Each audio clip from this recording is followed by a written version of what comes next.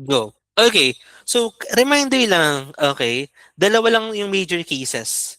Isang within the unit circle and isang beyond the unit circle. If the radius is greater than 1, automatic beyond unit circle yan. Lahat ng triangle na mas malaki sa 1 yung size, malitong size na, okay, lahat ng yan is beyond unit circle. Tapos kapag within unit circle na yan, yun yung mga usually na may angles like this. Pi, theta, and everything na napakahirap. Sineparate lang natin siya sa two cases kasi yung quadrant 1, that is the main special angles which is gagamitin natin siya ng finger magic. For 2, 3, and 4, finger magic plus cost using the reference data which is kakadiscuss lang natin. Okay, and reminder, it's just plot, reference data, and then finger magic plus cast. Kapag diretong ganito, hanapin mo lang yung coterminal. Kapag naka-radians like this, if you can convert, that's better. Mas mabilis siya para sa akin. But if kaya mong idiretso na, go. But after conversion, pi, it's just the same set of steps. You have to plot, you have to get the reference data, you have to finger magic, and dagdag lang siya ng cast. Okay? And kahit magbalik-baliktad pa yan, pagdating ng Choshakaw, cosecant, it's just solve for the value of sine using the same set of steps. Kita nyo gano'ng ka-scary tignan yung problem mismo. Look, di ba? May cosecant na, meron pang negative, meron pang 11 pi over 6. Pero tingnan gano'n lang kaikli yung solution. That's why trigo is easy if and only if you study the basics, which is just this. And if you can break down the steps. Okay? Now we go to the third and final case. What if we have problems na beyond unit circle trigonometry? And to be honest, ito yung pinaka-normal. Kasi in real life, hindi naman isa lang yung, di ba, 1 centimeter lang yung side ng triangle. Di ba? If the angle of elevation and depression, di ba, the building is 1,000 meters, 750 meters, so lahat yan sila is malalaki. Okay? Even sa sizes ng triangles, gamit tayo ng sine law, cosine law, gamit tayo ng trigonometry na anything, di ba? Usually, most of them is beyond 1 yung size ng legs. And this is actually the most common one. Hindi lang siya nililabel like this, and yun yung nagpapahirap sa iba. Inisip nila na sobrang daming cases ng trigo. But it's just the unit circle, finger magic or finger magic and cast, and this one, beyond unit circle na you just have to plot, SOHCAHTOA, complete the triangle, and SOHCAHTOA ulit. Okay? So let's dig in with this. Diba? Pag nakita ng ganito, given that sine theta is negative, di ba sabi mo sa real life, paano naging real life yan? So, yung mga ganito guys, in real life, inilalagay lang siya sa coordinate plane. Okay? Kasi the values are the same eh. Paano siya magiging real life? For example, in real life kasi, ang realistic na real life is, nasa quadrant 1 lang siya. Okay? Kunwari, nandito si Nicole. Di ba? Tapos sinilip niya yung crush niya nasa top ng building. Pag nasa top ng building yung crush niya, lahat is positive. Both the x and y axis are positive. And nandito yung angle niya. Kunyari, 100 meters to. Tapos, ito is distances, let's say, 50 meters. Di ba? Real life is in quadrant 1. Pero, in exams, pwede mo siyang ilagay dito. Kunyari, nananaginip si Nicole. Sa panaginip ni Nicole, nakaganto na siya. Okay? Baliktad na yung building. Okay. That is still beyond unit circle kasi the R is greater than 1. It's just still the cast. Okay? Yung mga values nyo in real life, nilalagyan lang natin ng positive or negative depende sa location nila sa coordinate plane. Okay? Kaya dito, may sign, may ganito pa. Diyos ko po, Diyos ko po, Diyos ko po. Okay? This is actually bonus. Why? Kasi it gives you the location eh. Pag nakakita sila ng ganito, akala ng iba, sinosolve yan. Pero hindi. Di ba? Anong meaning na to? Let's draw the unit circle. The coordinate plane, di ba? This is 0, this is pi over 2, this is pi. Paano naging pi to? Di ba naging ang partner, si 180 sa kasi pi, this is 3 pi over 2. Di ba? Theta is greater than pi, but less than 3 pi over 2. So, nasan siya? Mas malaki daw siya dito, pero mas maliit siya dito. Binigay na sa'yo. 'Di ba? Unlike sa unit circle kanina na mas maganda tignan. Ito mas nakakatakot eh. Pero ito nakakatakot na to, binibigay niya na yung sinasolve mo pa kanina. 'Di ba? Wow, magic. So ganun talaga sa pag-ibig. Minsan mas nakakatakot pero mas kaya niyang ibigay yung kailangan mo. kailangan mo lang wag matakot, kailangan mo lang sumugal. Okay? So ngayon dito, ito, that is the location, di ba? You need to plot this. Ayun na. The plot is given na bonus. Ito, 5/13. Di ba? Kita mo na. Anong triangle yung may 5 and 13 via Pythagorean triples? Di ba? That is obviously 5, 12, and 13. This is just a triangle in real life. Pero, nakalagay siya sa coordinate plane. Okay? So dito guys, pag magdodrawing, remember, yung theta is yung laging malapit kay origin. Okay? And again, di ba sine, theta. Dito na papasok yung ating so, ka, towa. So, ka, towa. Okay? So means opposite over hypotenuse. Ibig sabihin, ito yung triangle mo. Theta is malapit kay origin. And then meron kang ray and meron kang papunta dito. Okay? Opposite is 5. Hypotenuse is 13. Ito yung right triangle, ito yung right angle mo. So this is 13. And using the Pythagorean triples, you know na the missing part is just 12. Diba? So you plot and you lagay the triangle. Ngayon, what is the exact value of secant theta? What is secant theta? Cho, siya, kaw. Okay? Siya. Hypotenuse over adjacent. Ito pa rin yung theta. What is hypotenuse? 13. Right? What is the adjacent? That is 12. Okay? And the final touch will always be cast. Okay? Cast. Let's put the cast. C-A-S-T. Tangent is positive in this quadrant. Pero ang sinusolve natin is secant. So this is secant. Eddie, that means this is negative. Okay? The final answer here is just negative 13/12. So same steps lang siya sa kanina. 'Di ba? Dito lang, hindi na tayo mag-finger magic. What we do is, so, katowa, and bigay na. Or if hindi siya binigay, kasi sinuulo ko yung Pythagorean triples you just use the Pythagorean theorem. A squared plus B squared is equal to C squared. Any questions? Tapos na. O, good night na. Tulog na tayo. Di ba? This is something na super natatakot yung iba. Pero mas madali nga siya eh. Kasi binigay na yung location, ilalagay mo lang to, tapos so katowa yung chosyakaw ka lang. 'Di ba? Saan po na ko yung 12? Pythagorean triples, pare. Okay, grade 12 ka na, dapat alam mo na 'yan. Or if hindi mo alam yung Pythagorean triples, use the C squared is equal to A squared plus B squared. Which is, sige, discuss natin mamaya. Okay? So, if you can memorize Pythagorean triples, go. Pero if hindi, this is the Pythagorean theorem. So, ulitin natin siya. Sine, cosine, tangent, cast. Okay? And then plot or locate. Ito yung given. Kaso binigay na ito, 'di ba? Ito yung location, right? Ulitin ko lang para sa mga hindi nakasunod kanina. Ito yung location. That means that theta is greater than pi but less than this. So i-plot mo siya dito. Okay? And then use the SOHCAHTOA to write kung ano yung 5/13, 'di ba? Sin theta yung given eh. Sin theta is equal to opposite over hypotenuse. Eh, if sinabing negative 5/13, ibig sabihin, opposite is 5, hypotenuse is 13. Opposite is 5, hypotenuse is 13. And yung theta, siya yung malapit sa origin. Hindi pwedeng maging theta to. Laging siyang yung malapit sa origin. Okay? And then after that, you can use the Pythagorean theorem. Diba? Wala pa to. Kanya hindi pa siya nakita. We have C squared is equal to A squared plus B squared. What is the C squared? 13 squared. 13 squared is 169. A squared is this, so that's 25 plus B squared. So 169 minus 25 is equal to B squared. And 9 minus 5 is 4. 6 minus 2 is 4. B squared is 144. Ito rin yung point. Kaya ka pa yan sa ulo, yung 1 to 20 squared kasi gamit na gamit siya dito. Ano square root ng 144? 12. Doon galing yung 12. Diba? You just have to complete the triangle, but instead of finger magic, you use the Pythagorean theorem. Any questions? But yun nga, there's some Pythagorean triples na medyo madali na siyang sauluhin. And after that, we use the cast. Okay? So katawa pala muna ulit.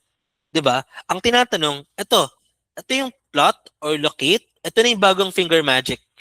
Using the trigo. The SOHCAHTOA chosyakaw. Hinahanap ngayon yung secant theta. How do we get the secant theta? 'Di ba? That is cho, siya, kaw. Secant. So we just get the hypotenuse 13 over adjacent, which is 12. Okay? So hypotenuse over adjacent and then use cast. After using cast, ano na yung magiging cast natin? C-A-S-T. Tangent is positive here. Pero we're looking at secant. Di ba? Ito yung secant. So that means negative siya. So negative 13/12. Any questions? Wow, parang puzzle na di ba? Who says trigo is hard, bro? It's just multiple steps. Pero multiple easy steps. Nakakatakot lang siyang tignan. And that's it. Yan yung example natin. Okay?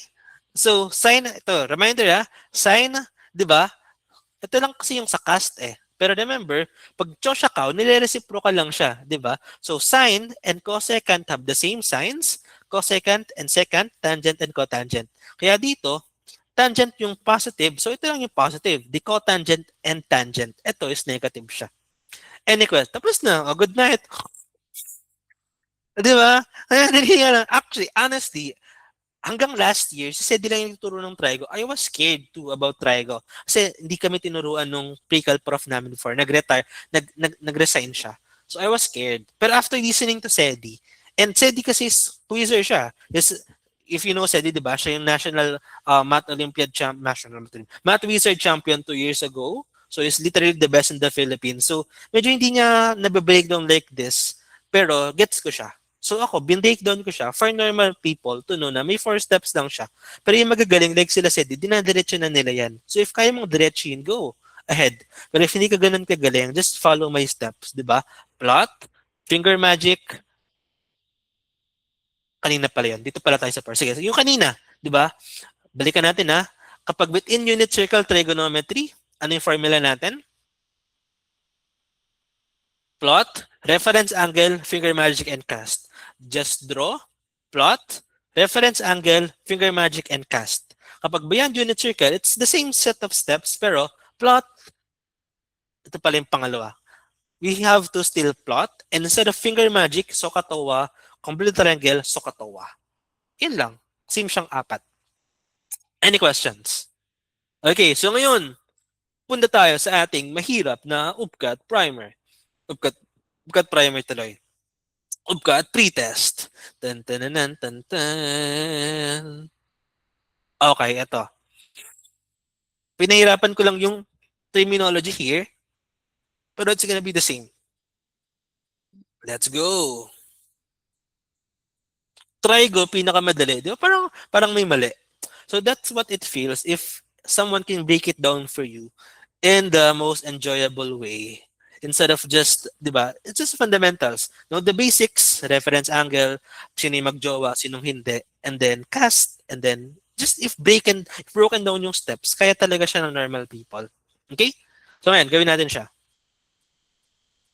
Okay, the terminal side of angle theta passes through the point -8 and -15. Parang hulong, hirap. Ano yung steps natin? Number 1 is just plot.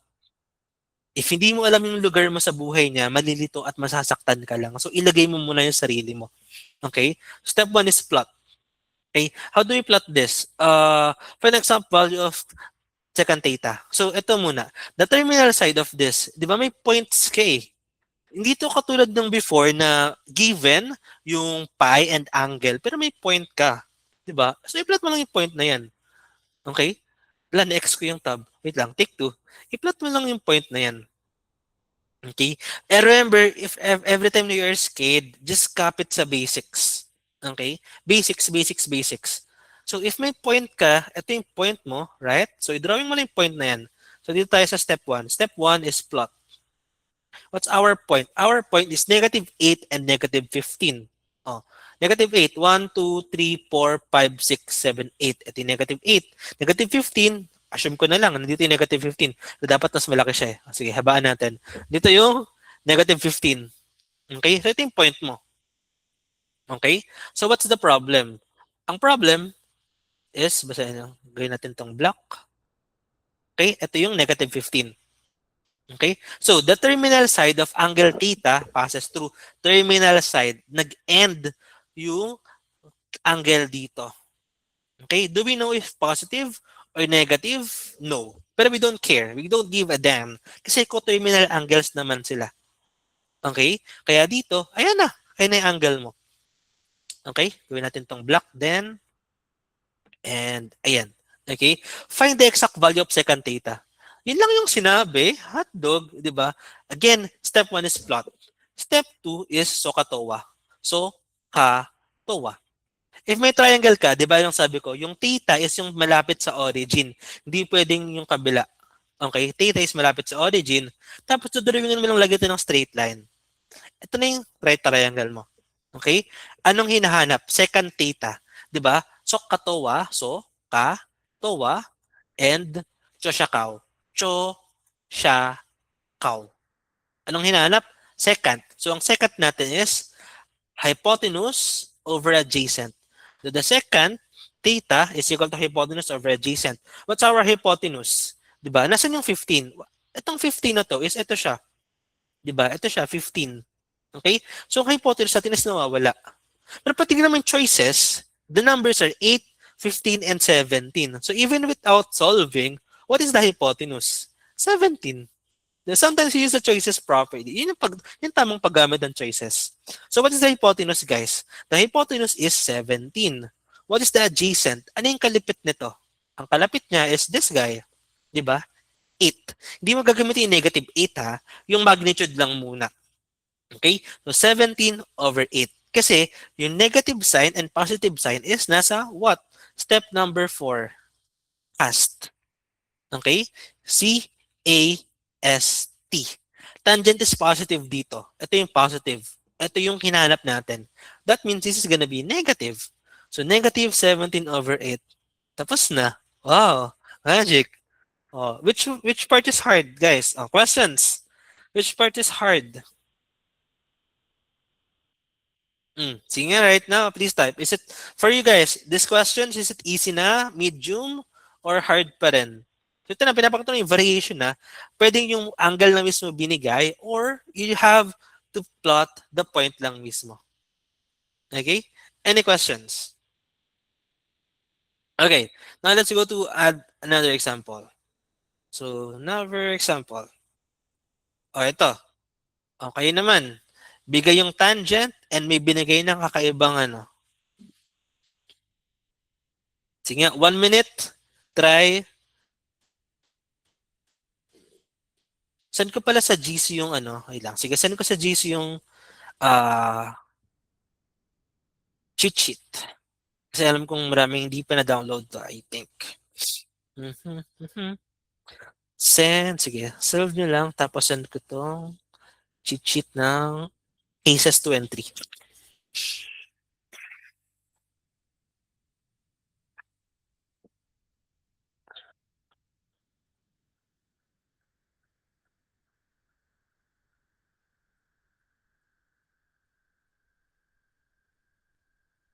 Yun, hindi siya mas malaki sa 25 MB.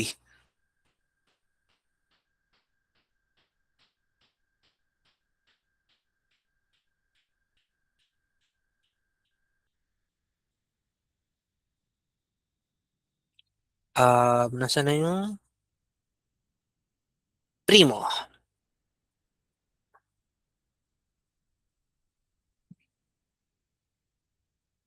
Okay, solving. Send, send, send. Oy, baka send nyo to sa outsider. This is exclusive sa paid duties. Walang maglalabas. Ang maglabas, may balik yan sa upkat. Ito yung mag-send. Wala na mag-send. Ay lang, sige, sagutan niyo muna yan and root nyo siya sa drive rather. Hindi, buong dito pala siya sa classroom ko. Sa classroom. Classroom.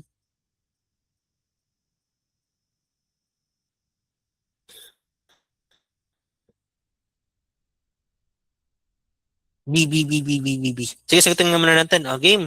Magagaling na pala kayo eh. O, game. O, sagutan na yan. Okay. If tangent theta, di ba?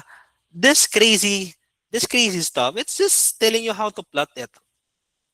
Okay? O, isa-isay natin. Number 1 is plot. Okay? For the plot. Let's go. Tiyok, tiyok. Anong sabi? May values ka eh. So dito, anong makukuha mo sa value na to? Ang makukuha mo dito is negative yung tangent. Pero ito kasi, sign is positive. Okay? So, sa cast, pwedeng baliktad sa cast, aling quadrants yung positive si sign? Diba? Etong dalawang to. Pero, tangent value is negative. So which of this is the correct one? 'Di ba? So pwede siya sa quadrant 1 and 2 via this condition, pero via this condition pa, saan positive si sine, pero negative si tangent. Ito. Kasi dito, positive both si sine and si tangent. Pero dito, positive si sine, negative si tangent. Di ba? Parang siyang puzzle eh. Triangle is just puzzle eh. Dito. Okay? So now we know na our